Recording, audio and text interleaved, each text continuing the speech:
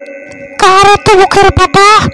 আমার এই পুকুরে অমাবস্যার রাতে মাছ চুরি করতে এসেছিস জাল নিয়ে? ওরে বাবা, এই যে মেছে ভূত, আমি চিনি পাড়ার রঘু ডাকাত। তোকে এই রাতে পুকুরের ঠান্ডা জলে ডুবিয়ে মারবো। হ্যাঁ হ্যাঁ হ্যাঁ, এই পুকুরের মাছের প্রতি কেন তোদের এত লোভ? এবারের মতো ছেড়ে দাও, আর কোনোদিন এই পুকুরে মাছ চুরি করতে আসবো না। না জেনে এসেছি মেছে ভূত। জালটা রেখে দিয়ে পালা। ওরে বাবারি, এই পুকুর ছেড়ে যত তাড়াতাড়ি সম্ভব পালাই। এই জন্য লোকেরা এই পুকুরের ধারে ঘেঁষতেও চায় না।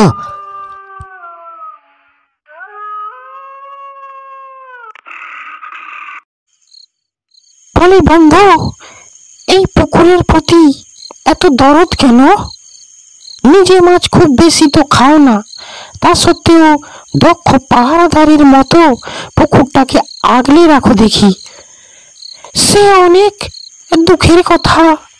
তাহলে বলি, আরে বড় মিনসেটা গেল কোথায়? এই যে বাবু, বলি পুকুরটাতে এত টাকার মাছ ছাড়লে বড় বড় মাছগুলো সব চোরের হাতেই সাবার হচ্ছে। আজ সাহেবের বড়দিন, 25শে ডিসেম্বর, পুকুরে গেলে কি হয় না? হ্যাঁ হ্যাঁ, ঠিক বলেছ।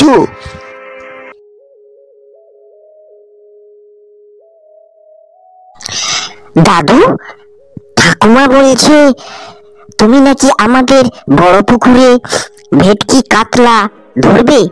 সেই জন্য মা আমার মামা দাদু, দিদিমা, মামিমাকে নিমন্ত্রণ করেছে।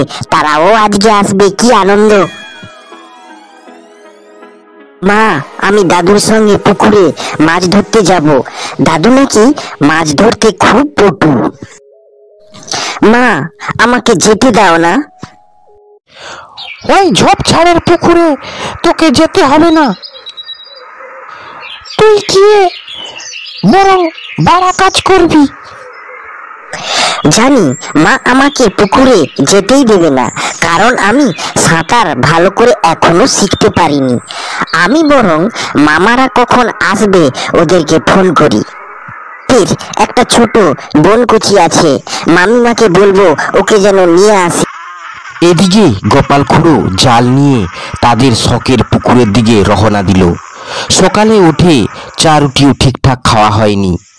গোপাল খুড়োর মাছ ধরার বড়ই শখ।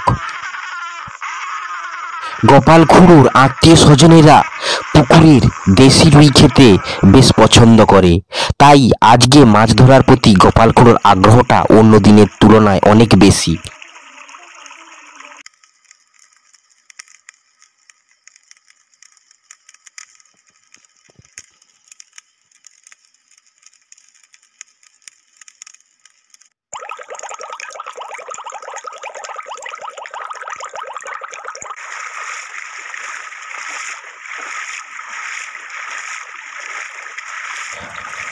আজ মন চাইছে অনেক মাছ ধরতে, কিন্তু মাথাটা যেন বনবন করে ঘুরছে।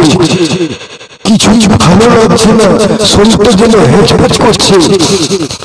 কে আছে বাঁচাও, ডাক্তারখানায় নিয়ে চলো। কিন্তু কেউ গোপাল খুড়োর কথা শুনতে পেল না।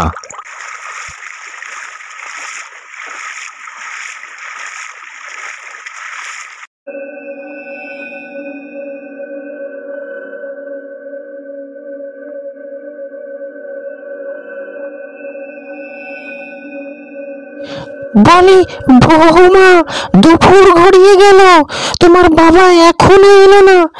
বয়সটা তো অনেক হলো, কারো ডাকে পিকনিকে মত্ত হয়ে গেল নাকি? এদিকে আত্মীয় স্বজন যে এসেই গেল, রান্না কখন হবে? দাদু, দাদু, আরে তুমি কি শীতে ঠান্ডা জলে সাঁতার দিচ্ছ নাকি? মাছ খেলা করবে বলে তুমি উঠে এসো।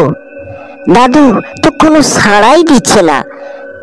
দাদু, আমি তোমার নাতি এসেছি। না, আমার দাদু আর নাই।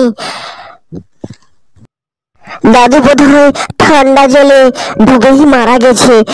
দাদু, তুমি আমাদের ছেড়ে চলে গেলে। আমার শরীর পড়ার সঙ্গে সঙ্গে আমি নিচু হতে পরিণত হলাম।